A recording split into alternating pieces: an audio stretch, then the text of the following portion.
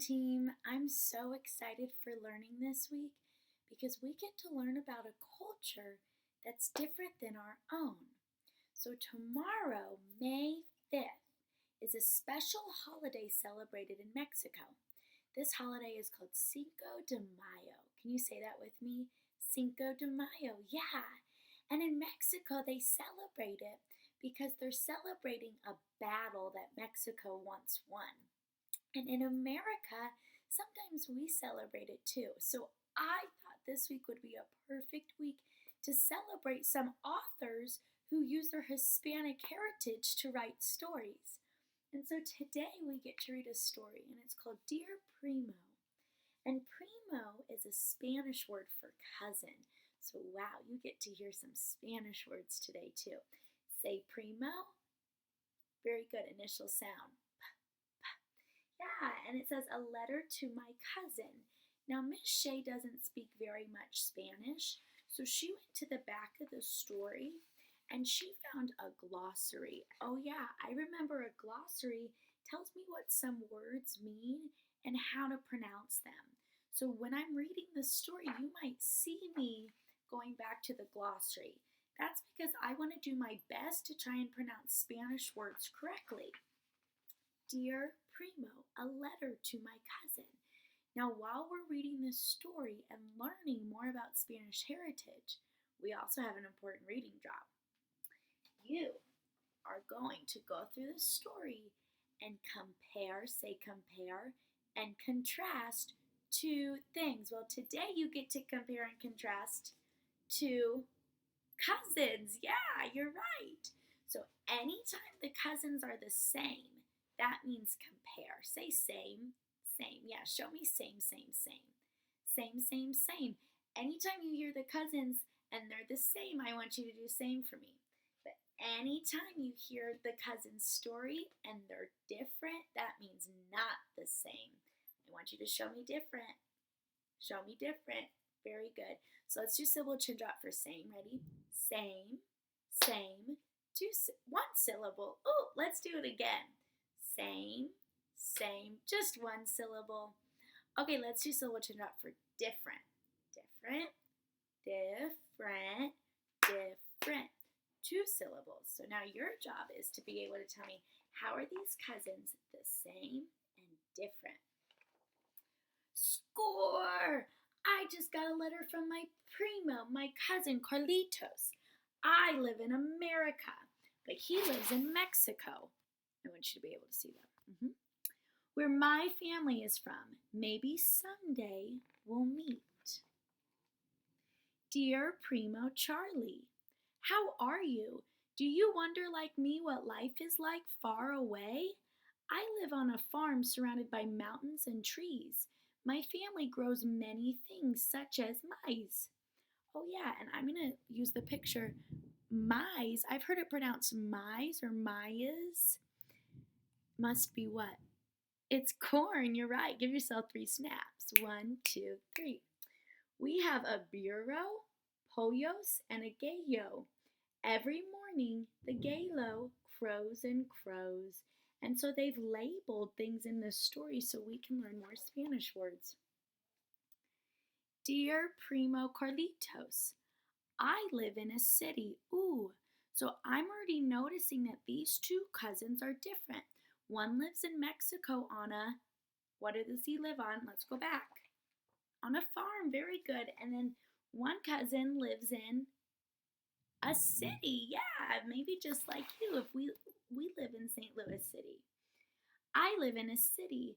From my window, I can see a bridge and cars zooming by. I can see skyscrapers too. Skyscrapers are buildings so tall they tickle the clouds. At night, all the lights from the city look like the stars from the sky. Okay, look, we're comparing. We're going to see how they're the same or maybe how they're different. Well, let's just look at the picture. Can you tell me how these two cousins are different? Go ahead, share it with me. You are so smart. Give your brains a kiss. So smart. Yeah, the cousins are different because the way they transport is not the same. Let's read to find out. Every morning I ride my bicycle Bisolite? I'm pretty sure I looked that one up, but I want to double check. Bicyclete. Bicyclete. To school. I ride it past the Puros. Oh, those are the dogs. So in Mexico, you might see dogs. They're not pets, they just live on the street. Okay, now we're gonna contrast. Say contrast. Contrast. If he rides his bicycle to school, I ride the subway to school. The subway is like a long metal snake and it travels through tunnels underground. At recess time, ooh, okay, we're comparing and contrasting again. At recess time, I play football. My friend passes me the ball. I kick it with my foot, and if I score, I yell, goal! Yell goal with me. Goal! Yeah, and so I'm going to use the picture to infer that football means soccer where we live. I play basketball. My friend dribbles the ball and passes it to me. I jump up and shoot. The ball goes swish, nothing but net. In a few pages, I'm going to ask you how these cousins are the same or different. When I come home from school, I help my mom cook. My favorite meal is quesadillas. I make them with cheese and tortillas. In America, we have lots of different foods. My favorite is pizza. I like getting a slice on my way home from school. After I finish my homework, okay, so we're back in Mexico, my mom lets me go outside and play. In Mexico, we have many games. My favorite game is papalotes. My friends and I run, and with a little wind, we fly the papalote high up. So what is a papalote? It's a kite. Oh, here's this one. When I finish my homework, I play games with my friends from the building. We play by the stoop and in each other's apartments too. I like going over to my friend's home to play video games. So now that we're in the middle of the story, I want us to think about ways that these cousins are the same. What do they have in common? How could we compare them? Well, yeah, I'm already thinking that they both like to spend time with their friends, don't they? And they both go to school, even though they go to different types of school, they both go to school and have recess time. What's something that you thought were the same about the cousins? I want you to share that with whoever you have in your house. Now, I'm going to keep reading and we're going to think about some ways that they're different. In the afternoon, oh, I'm going to reread. It's okay if I reread. Good readers can reread. Oh, yeah. And in each other's apartments, too. I like going over to my friend's home to play video games. In the afternoon, oh, so this must be in Mexico. In the afternoon, it often gets hot. To cool off, I jump in a small rio that is nearby. Okay, what's a rio? It's a river, very good. In the summer, the city gets hot too. I like getting splashed by the fire hydrant when the firefighters open it up to close off the block. On the weekends, I go with my parents to the I've looked that one up, but I'm going to do it again. Mercado, which means market. Can you say mercado? Mercado. An open-air market in the town nearby. We sell maize. I'm going to go back and see how he pronounces that, how the author told us to pronounce it. Maize, yeah, and I'm finding these in alphabetical order. We sell maize and tunas, a prickly fruit that we grow. We also buy the food and other things we need. So you might buy food from a market, or you might go to where this cousin goes, the grocery store. On the weekend, I go with my mom to the supermarket. She brings a list, milk, toothpaste, soap, and I check off the items as we put it in the cart. In the town, from time to time, they have fiestas that last 2 or 3 days. Fiesta means party. At night, there are cohetes. I'm going to pronounce that correctly. Cohetes. Can you say that with me? Cohetes. that light up the sky and mariachis that play and play. So cohetes must be fireworks and mariachi is a band. Wow. And we're going to compare it, which means how are they the same? Or contrast it. Say contrast. That means how are they different? In my city, sometimes we have parades. People in costumes and uniforms march down the street and everyone gathers around to watch. So I want us to pause in the story and think about how are these two cousins different? Well, I'm just even looking at this page. Even though they both have celebrations, they celebrate differently.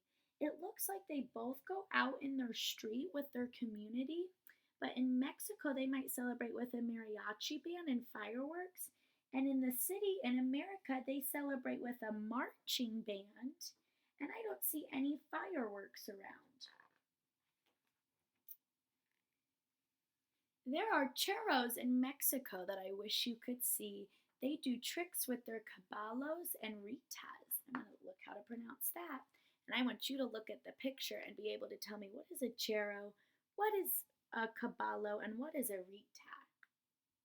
So churros, caballos. Say that with me. Caballos. Very good. And let's see if I'm pronouncing rita right. Rayatas. Ooh, rayatas. Can you say rayatas? Rayatas must mean a lasso. Can you show me a rayata? Very good. And caballo, what do we think a caballo is? Like a donkey, yeah. On the streets here, you can see break dancers who do flips and spin on their head. And so these are different forms of entertainment. In the city, you can see break dancers dancing. And then in Mexico, you can go, they call it it's like close to a rodeo. In Mexico, we have so many traditions, such as Dia de los Muertos, the Day of the Dead. I remember celebrating this day with my class. It's the day after Halloween, and you celebrate the people who have passed away. My favorite tradition is attending the December parties called posadas. At the end of each posada, there is a piñata filled with fruit and sweets. When someone breaks it, we all get to jump in. Maybe you've done that before in America. In America, we have traditions too, such as Thanksgiving when we eat turkey, and Halloween when we dress up and go trick-or-treating. But I have to stop writing now. My mom just told me I have to brush my teeth and go to bed. You see, these two cousins are different. They have different traditions that they celebrate with their families. And then both of the cousins are saying, I have an idea. My Primo should come visit me. My Primo should come visit me. The end. And so I wanted to show you guys a note from the author. I think it's so special when authors leave us notes, especially authors who are inspired by their Hispanic heritage. So this is a picture of the author who wrote the story Dear Primo. His name's Duncan, and he actually, I'm going to read it to you guys so we can learn more about him. He said, I am both Mexican and American, and what I discovered is that despite the differences between the two countries, oh yeah, we compared and contrasted, didn't we? The buildings are different, the food, the routines, that means what we do every day, and even the physical appearances, like what we wear and how we act. At the end of the day, we are more similar than different because people are people. And I think that story showed us that even though these cousins are very different with where they live, they're both people that do the same things sometimes. And so a good idea is now you could go write about ways that these cousins are the same and ways that they are different. And tomorrow, I'm going to show you a tool that we get to use to compare and contrast. This tool is called a Venn diagram. So make sure you come on tomorrow to learn more about it.